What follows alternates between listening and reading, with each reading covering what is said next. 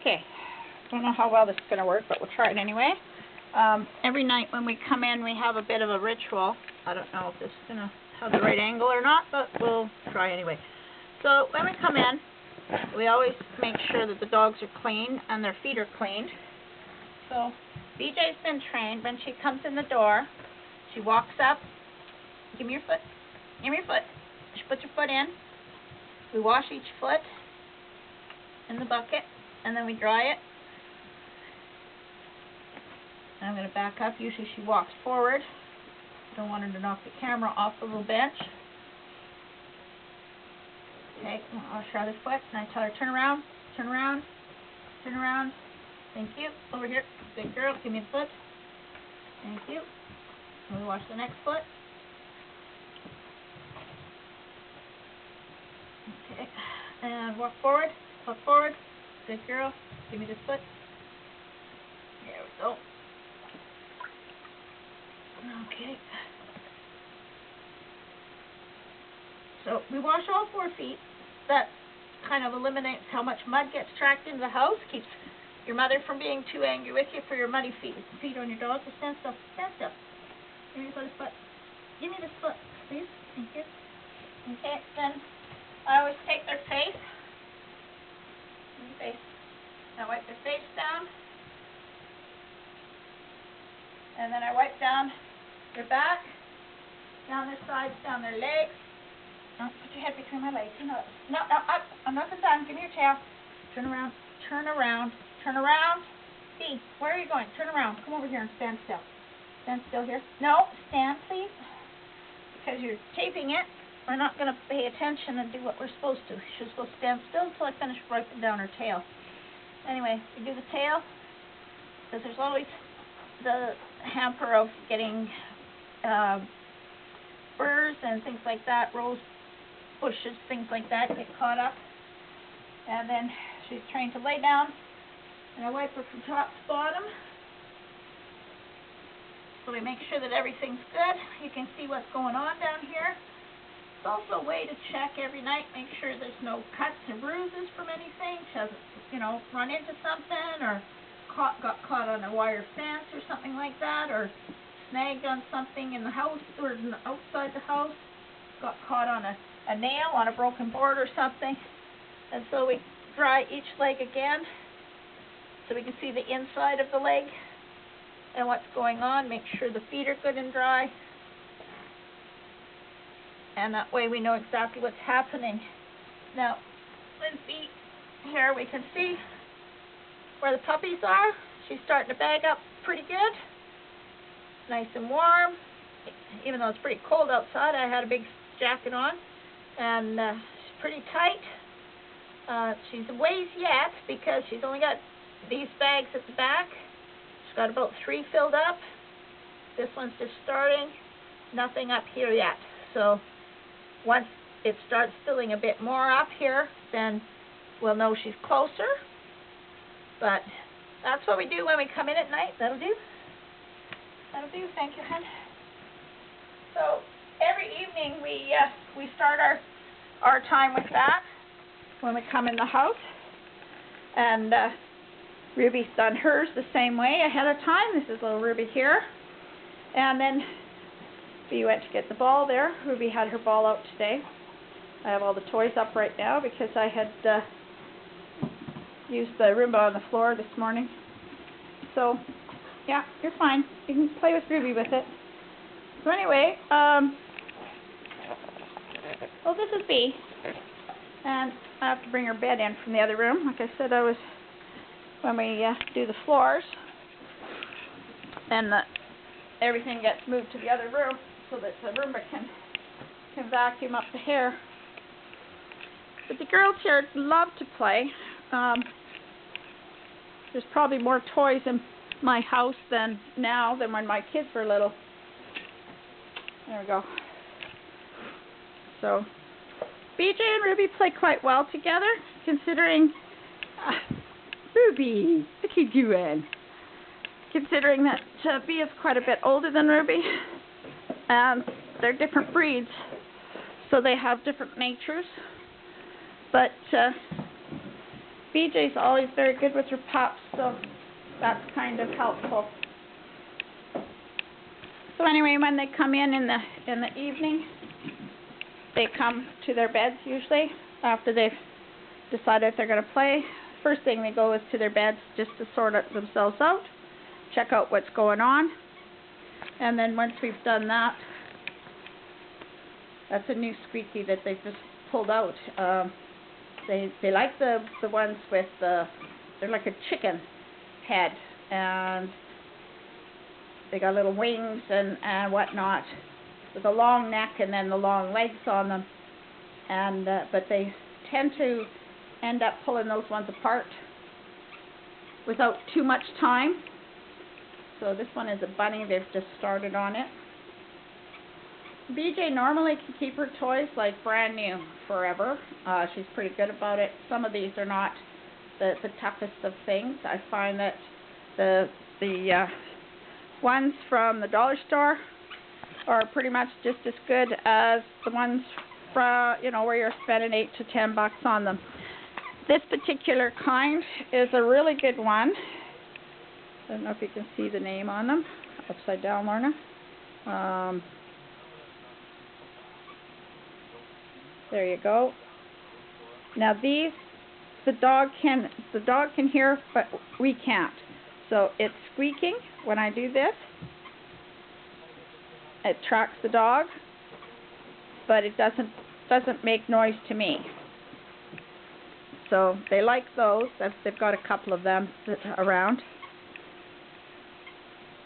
BeeJay actually has a Peanuts music doll that she plays. I have to unstitch it and put new batteries in, but she's had it for since she was born in 2013, and it's just like new. She picks it up and she turns the music box on and she plays until she gets your attention, and then she puts it away once she's done, when she's got what she wanted.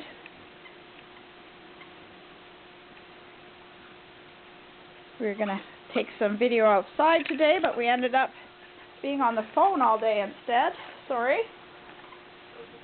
And just one of those days.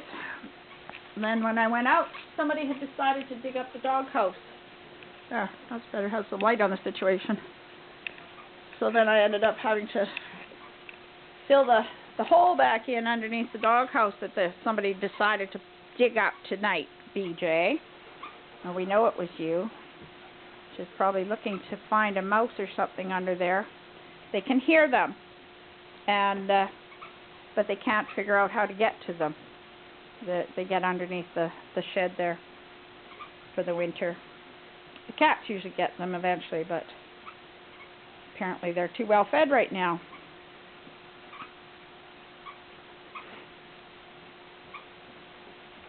So anyway, this is BeeJay. Right? Going up? She only comes up when she's invited. None of my dogs climb on the furniture unless they're invited. Okay, Rib, come on, Bee. Come on, you can come up. There you go. Now she always lays down beside me on the chair. She has to lay still. None of my dogs are allowed to put their nose on the coffee table at the side or anything, because actually this is my office. So they know they don't bother my coffee cup. They don't get into anything on the counter, or at least they're not supposed to, although Ruby does. But BeeJay's pretty good. She can actually get out of here, hon. She can actually be left with a cookie on a tray or a piece of cake on a tray down low, like this little coffee table here, and you can leave cookies there, or serve somebody a lunch there. And she will not touch it, even overnight. She will leave it there, no problem at all. And that is just a matter of training, making sure that they pay attention and do as they're asked. And that she started training when she was between 6 and 7 weeks old. She was brought into the house at about around 6 to 6.5 weeks. And she basically sat between our chairs. We had a small coffee table between us, and 2 recliners, and her little bed was just down in the spot, like down here. So her little bed was right there, so she behaved, and then she played in front of the TV across the room from us. Not this living room. What? What do you want? Why am I being pawed? Huh? No licking my hand. You know that. What is it that you want from me tonight? Don't lick. You know that. Oh, you want me to pet you? Is that what you wanted? Okay. Yeah, we'll give you a pet. Anyway, so a lot of their training just has to do with consistency. BeeJay is actually a service dog. She's trained for monitoring my husband's cancer and general health and well-being when he's ill and sleeping and that kind of thing, and I can't tell that there's anything wrong with him. She will notify me that there's an issue when things are good. She's happy to go outside and play. Everything's fine. When it's not, she's right in your face. Basically what she does is she just keeps going to the person and trying to alert. And other than that, she's just very protective. Very good that way about being protective.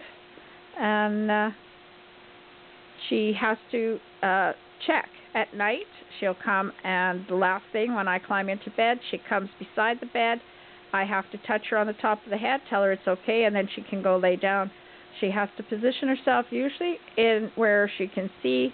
As you can see, her bed is at that baby gate right there in the doorway, and it has to be in a position.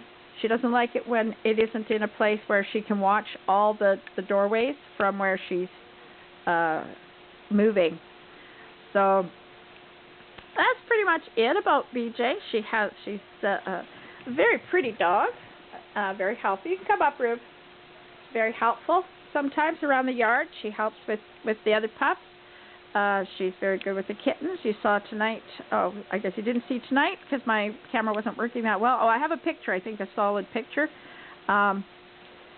She was guarding when I was taking the weights and measures for the kittens tonight.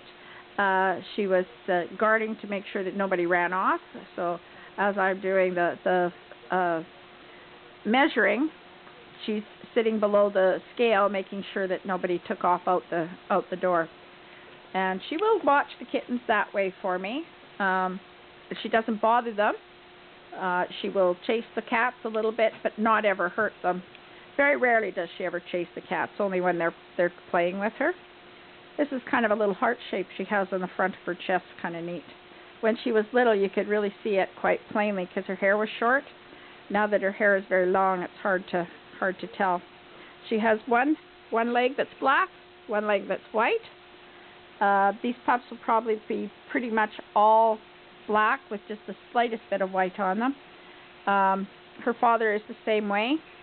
Yes, I know. Yes, I'm still petting. You see, she had to touch me to tell me I was not doing what I was supposed to do.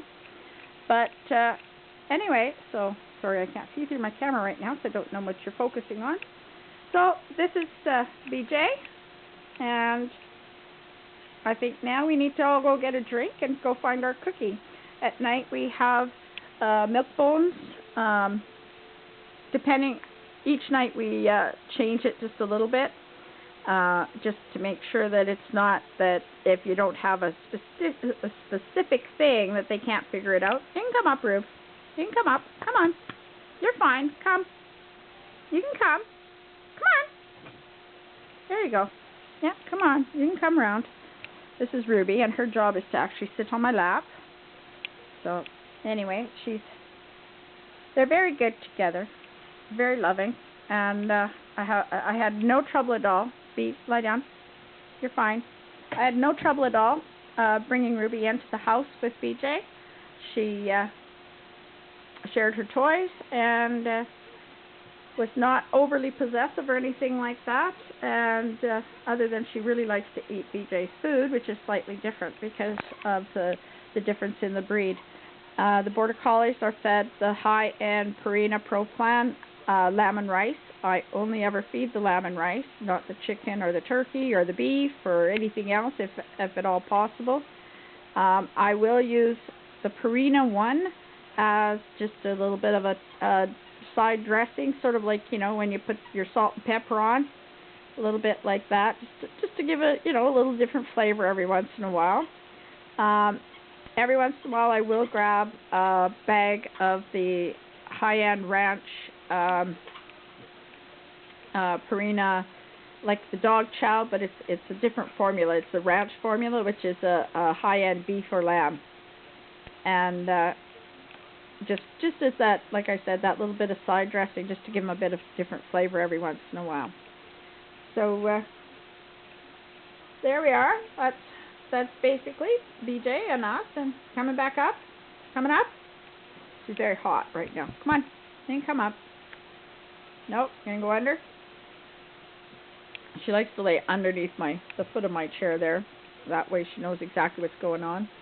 I hate it because I never know whether she's under there or not. But anyway, we will say goodnight for the night from BeeJay and Lorna and Ruby from Wall2Wall Border Collies. And I hope you have a really good evening. Bye-bye.